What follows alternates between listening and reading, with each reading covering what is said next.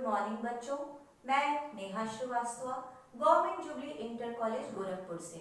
बच्चों, आज हम क्लास 9th के विज्ञान का अध्याय 2 क्या हमारे आसपास के पदार्थ शुद्ध हैं का भाग 3 डिस्कस करेंगे।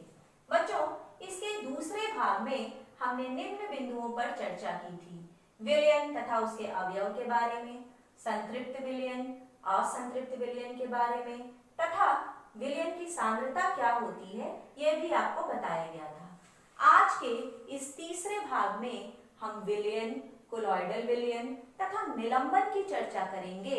इनके अभिलाक्षणिक गुणों को आपको बताया जाएगा तथा इनके बीच का अंतर भी आपको स्पष्ट किया जाएगा। बच्चों, हम समांगी तथा विसमांगी मिश्रण, होमोजीनियस या हेट्रोजीनियस मिक्सचर्स को उनके कणों की साइज या आकार के आधार पर 3 भागों में बांट सकते हैं। सबसे पहले ये विलयन या इसे हम ट्रू सॉल्यूशन भी कह सकते हैं, फिर कोलॉइडल विलयन जिसे हम कोलॉइडल सॉल्यूशन कहते हैं, और फिर निलंबन जिसे हम सस्पेंशन भी कहते हैं। तो क्या किया हमने होमोजीनियस तथा हेट्रोजीनियस मिक्सचर, समांगी तथा विसमांगी मिश्रण को उनके कणों के आकार के आधार पर 3 भागों में बांट दिया: विलयन, कोलॉइडल विलयन तथा निलंबन। बच्चों, अब इनके अभिलाक्षणिक गुणों को समझने के लिए हम एक एक्सपेरिमेंट करेंगे। सबसे पहले हम क्या करेंगे कि एक बीकर ले लेंगे और उसमें पानी ले लेंगे। इसी तरह से हम 2 बीकर और अरेंज कर लेंगे। पहले बीकर में हमने पानी में थोड़ा सा कॉपर सल्फेट मिला दिया, दूसरे बीकर में हमने पानी में थोड़ा सा दूध मिला दिया। इसकी जगह पर आप थोड़ा सा इंक भी मिला सकते हैं। और तीसरे बीकर में हमने पानी में थोड़ा सा बालू के कणों को मिला दिया। तो इस तरह से हमने 3 बीकरों को तैयार कर लिया।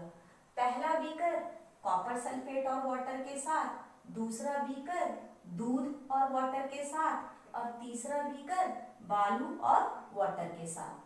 अब आइए हम देखें कि हमें करना क्या है। बच्चों, यहाँ पर मैंने कुछ पॉइंट्स लिखे हुए हैं। इन पॉइंट्स के आधार पर हम इनके अभिलाक्षणिक गुणों की चर्चा करेंगे और इससे हमें इनके बीच में क्या अंतर है ये भी पता चलेगा। देखिए, यहाँ पर सबसे पहला पॉइंट है हमारा कि क्या हम इन्हें नग्न आंखों से देख सकते हैं या नहीं देख सकते। तो बच्चों, इस एक्सपेरिमेंट को हम करेंगे और हम देखेंगे कि क्या हमें इनके कण दिखाई दे रहे हैं या नहीं दिखाई दे रहे हैं। फिर दूसरा पॉइंट है कणों का आकार। बच्चों, कणों के आकार में हम चर्चा करेंगे कि इन तीनों के कणों का आकार है क्या।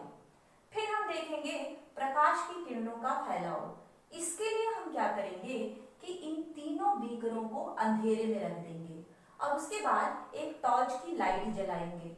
उससे जो प्रकाश की किरणें निकलेंगी वो इन बीकरों पर पड़ेंगी। फिर आप देखिएगा कि इन बीकरों में जो कण उपस्थित हैं वो क्या करेंगे, वह इन किरणों को फैला देंगे। तो जहां पर इन किरणों को वो फैला देंगे वहां पर आपको एक कोन जैसा संरचना दिखाई देगा। तो उस कोन को हम कहेंगे टिंडल कोन। तो उसकी चर्चा हम करेंगे कि कहां पर किरणों का फैलाव हमें दिखेगा और कहां पर किरणों का फैलाव हमें नहीं दिखेगा। फिर बच्चों, हम चेक करेंगे कि छानन विधि के द्वारा या फिल्टरेशन मेथड के द्वारा हम इनके कणों को पृथक कर सकते हैं या नहीं कर सकते। और फिर हम क्या करेंगे, इन तीनों बीकरों को कुछ समय के लिए शांत छोड़ देंगे और देखेंगे कि इनके जो कण हैं वो नीचे बैठते हैं या नहीं बैठते हैं। तो आइए हम सबसे पहले अपने पॉइंट नंबर 1 से शुरू करते हैं। बच्चों, हमारी चर्चा का पहला बिंदु था क्या कणों को नग्न आंखों से देखा जा सकता है। इसका तात्पर्य यह है कि आप इन तीनों बीकरों को सीधे अपनी आंखों से देखिए बिना किसी एपरेटस या इंस्ट्रूमेंट की सहायता लिए। अर्थात आपको माइक्रोस्कोप, अल्ट्रा माइक्रोस्कोप की सहायता नहीं लेनी है। तो जब आप इन्हें सीधे अपनी आंखों से देखेंगे तो आपको कॉपर सल्फेट और जल के मिश्रण में कोई भी कण दिखाई नहीं देंगे। तो यहाँ पर क्या हुआ कि आप इनके कणों को अपनी आंखों से नहीं देख सकते। तो यहाँ पर आप इनके कणों को बच्चों नहीं देख सकते। फिर आइए दूसरा वाला कोलॉइडल विलयन में। कोलॉइडल विलयन में हमने क्या लिया था, दूध और जल का मिश्रण लिया था। तो आपको पता है कि यदि आप जल में 1 चम्मच दूध मिला दें तो क्या आप उसमें दूध के कणों को देख सकते हैं? नहीं देख सकते। तो यहाँ पर भी आप कोलॉइडल विलयन के कणों को नहीं देख सकते।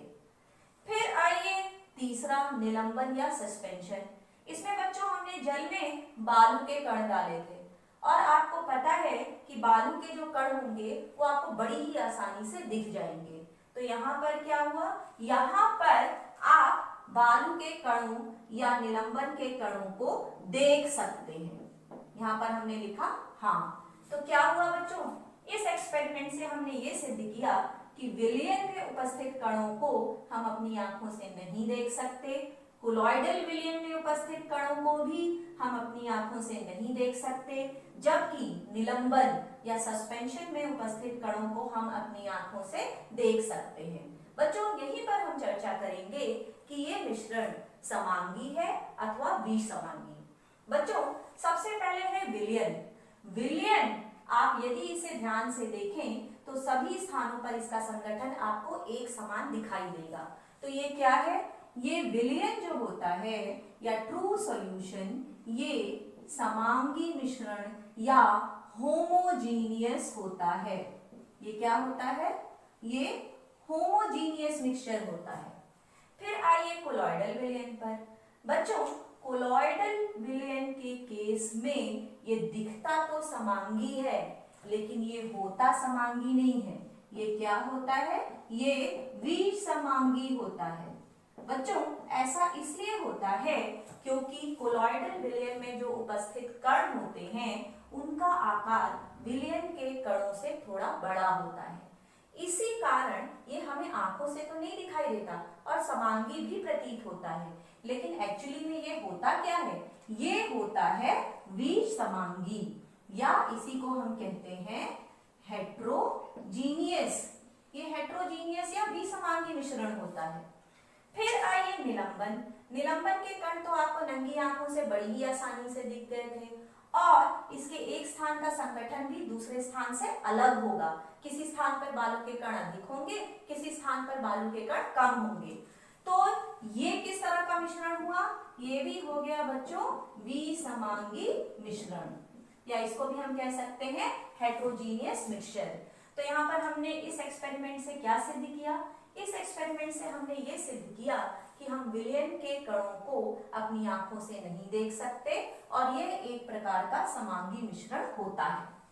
कोलॉइडल विलयन के कणों को भी हम अपनी आंखों से नहीं देख सकते लेकिन ये एक विसमांगी मिश्रण होता है। फिर निलंबन।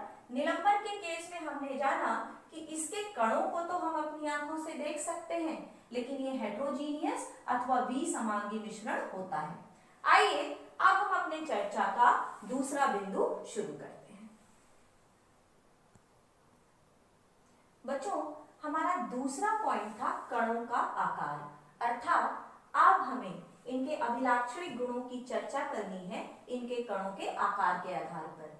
बच्चों हमारा आधार भी यही था कि समांगी तथा विसमांगी मिश्रण को हमने कणों के आकार के आधार पर ही इन 3 भागों में बांटा था, विलयन, कोलॉइडल विलयन तथा निलंबन। बच्चों कणों का आकार सबसे छोटा होता है विलयन या ट्रू सॉल्यूशन का।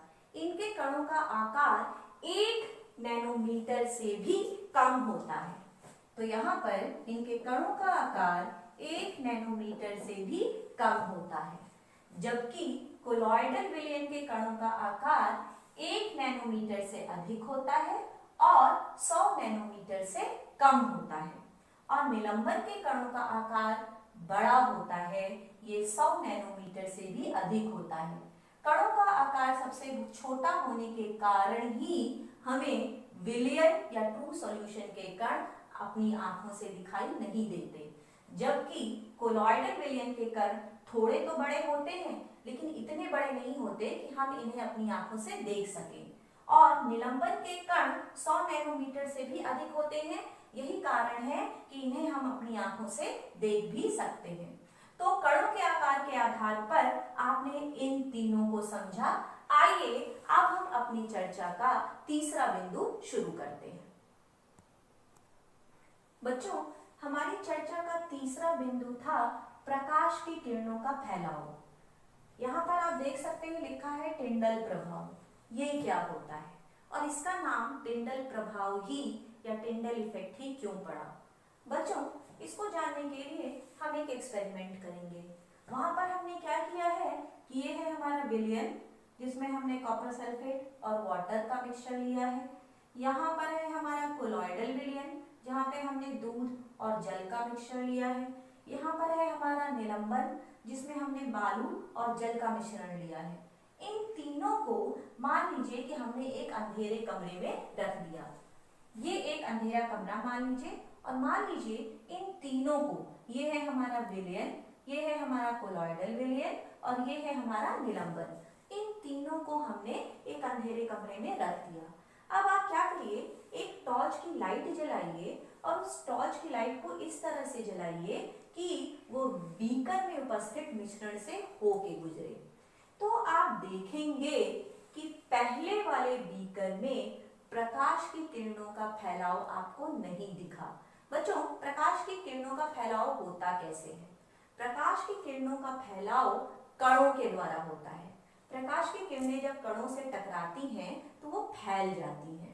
तो यहाँ पर क्या होता है, प्रकाश की किरणों के फैलने से एक कोन जैसी संरचना बन जाती है। ये देखिए, एक कोन जैसी संरचना बन जाती है। लेकिन चूंकि विलयन के कण अति सूक्ष्म होते हैं, बहुत छोटे होते हैं, इसीलिए वो प्रकाश की किरणों को फैला नहीं पाते।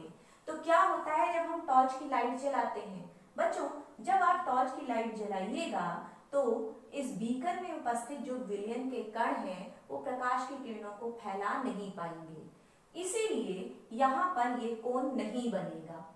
जबकि कोलॉइडल सॉल्यूशन या कोलॉइडल विलयन के केस में क्या होगा? कोलॉइडल विलयन के केस में कणों का आकार 1 नैनोमीटर से 100 नैनोमीटर के बीच में होता है, अर्थात इतना बड़ा होता है कि वो प्रकाश की किरणों को फैला सके। तो वो क्या करते हैं, प्रकाश की किरणों को फैला देते हैं और ये जो किरणें हैं उनका मार्ग जो है वो एक कोन की संरचना के रूप में प्रकाशित हो जाता है, और ये जो कोन दिखता है इसको हम कहते हैं टिंडल कोन।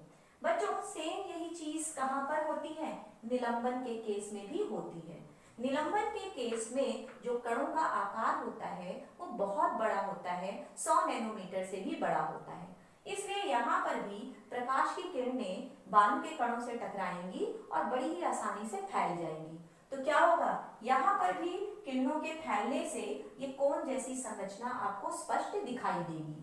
तो विलयन के केस में आपको कोन जैसी संरचना दिखाई नहीं देगी, जबकि कोलॉइडल विलयन और निलंबन के केस में आपको ये कोन जैसी संरचना दिखाई देगी। बच्चों, अब आइए हम देखते हैं कि इसका नाम टिंडल प्रभाव क्यों पड़ा। सबसे पहले इसे टिंडल नाम के वैज्ञानिक ने महसूस किया था, इसीलिए उन्हीं के नाम के आधार पर इसका नाम टिंडल इफेक्ट या टिंडल प्रभाव पड़ा। तो क्या हुआ यहाँ पर टिंडल कोन नहीं बनेगा। क्यों नहीं बनेगा? क्योंकि विलयन के कण अति सूक्ष्म होते हैं, इसीलिए वो प्रकाश की किरणों को फैला नहीं पाते, और यहाँ पर जो होगा वो प्रकाश की किरणें फैल जाएंगी, क्योंकि जो कोलॉइडल विलयन होता है उसके कण बड़े होते हैं। और निलंबन के केस में भी जो कणों के आकार होते हैं वो बड़े होते हैं, इसलिए यहाँ पर भी टिंडल कोन बन जाएगा। अब आइए बच्चों, इसी पर आधारित हम कुछ उदाहरणों की चर्चा करते हैं। बच्चों, तो इस प्रकार आपने टिंडल इफेक्ट या टिंडल प्रभाव को विलयन, कोलॉइडल विलयन तथा निलंबन के केस में जाना। हम अपने दैनिक जीवन में भी टिंडल प्रभाव को देख सकते हैं। आपने ध्यान दिया होगा कि जब सूरज की किरणें अंधेरे कमरे में किसी छोटे से छेद से होकर के आती हैं, तो उनके मार्ग में जो धूल के कण पड़ते हैं वो क्या करते हैं, वो इन किरणों को फैला देते हैं, और आपने देखा होगा कि वहां पर भी एक टिंडल कोन बन जाता है। इसी प्रकार से जब सूरज की किरणें घने जंगल के आच्छादन से, पेड़ों के बीच से होकर के आती हैं, तो वहां पर भी आपने देखा होगा किरणें फैल जाती हैं। तो वहां पर किरणों का फैलाव कैसे होता है बच्चों? वहां पर जो कोहरा होता है उसमें जो जल के छोटे छोटे कण होते हैं वो कोलॉइडल के कणों की तरह से व्यवहार करते हैं और प्रकाश की किरणों को फैला देते हैं। तो इस प्रकार से आपने टिंडल प्रभाव को जाना और समझा। तो आइए अब हम अपने चौथे पॉइंट की तरफ बढ़ते हैं और चौथे पॉइंट की चर्चा करते हैं।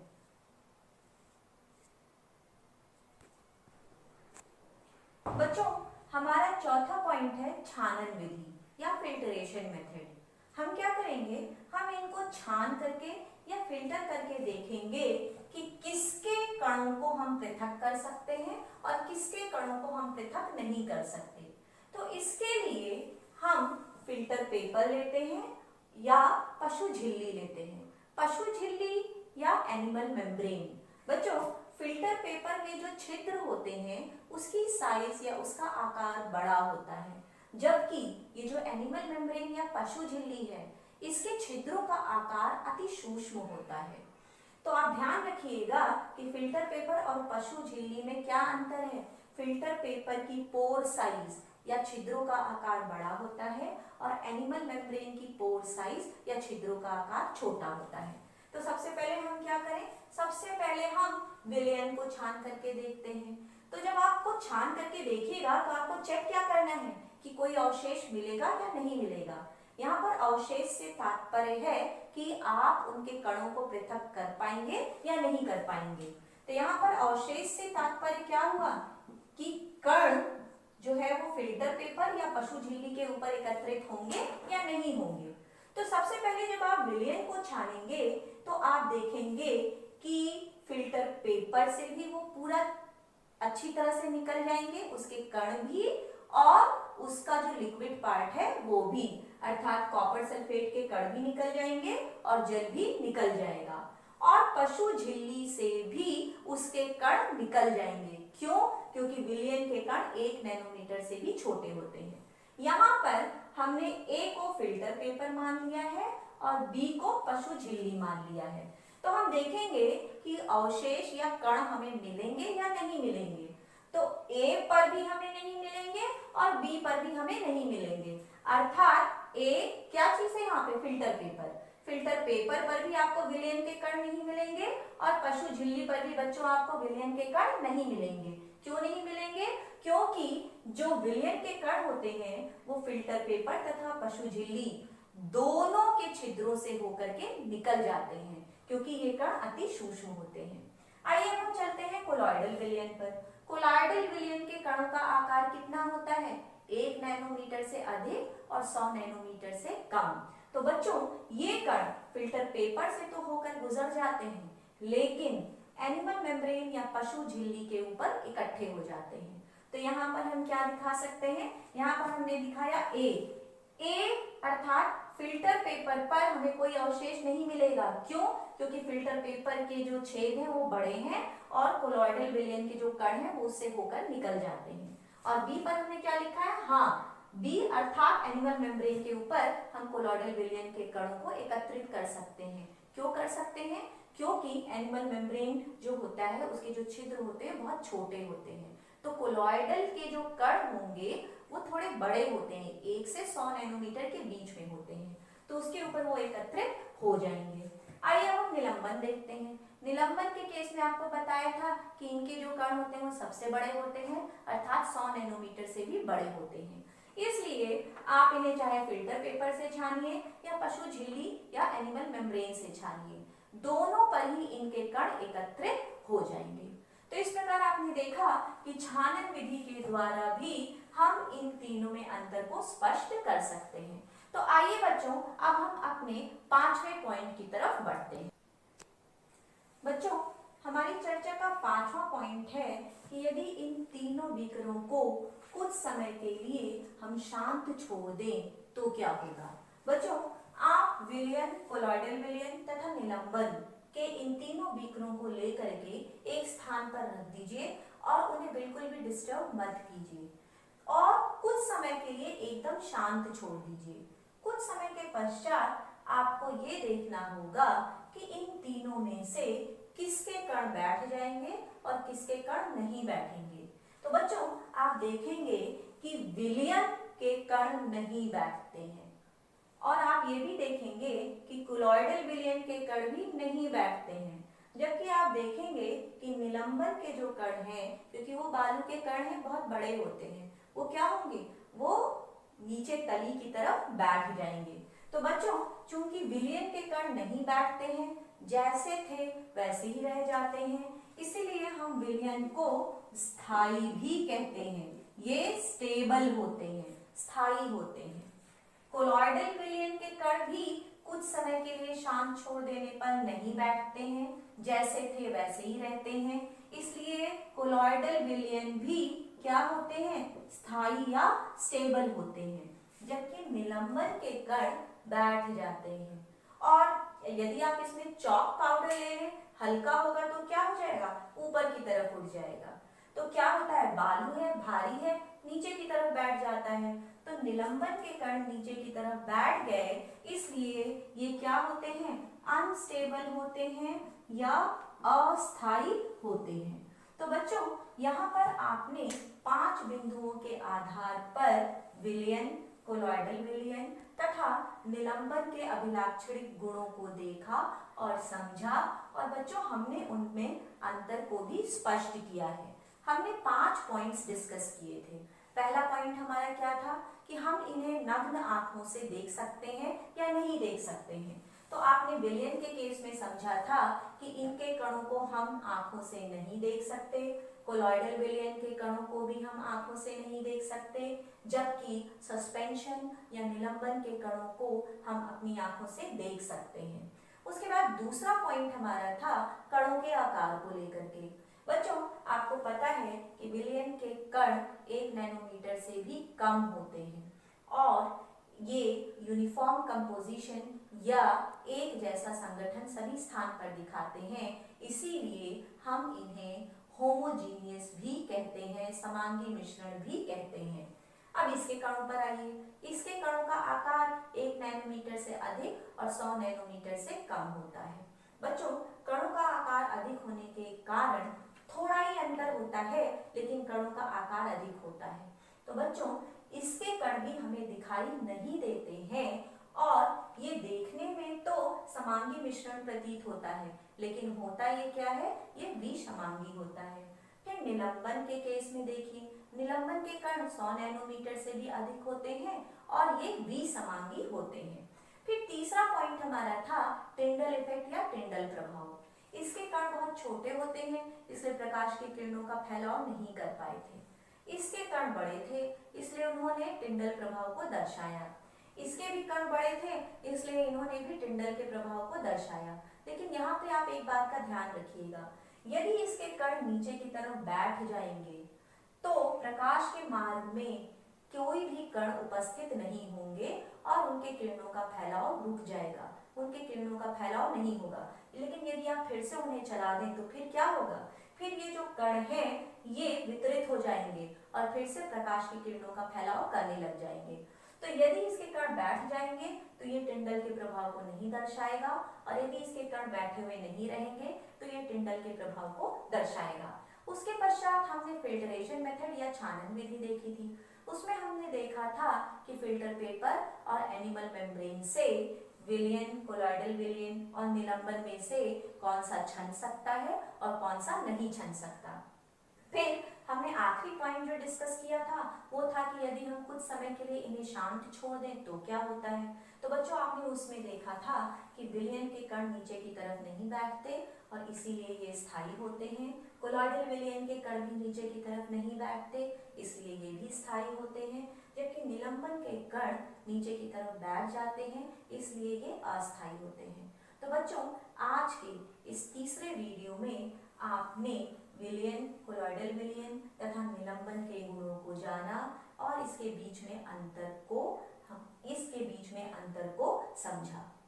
तो इसी के साथ मैं अपनी वाणी को यहीं विराम देती हूँ। धन्यवाद।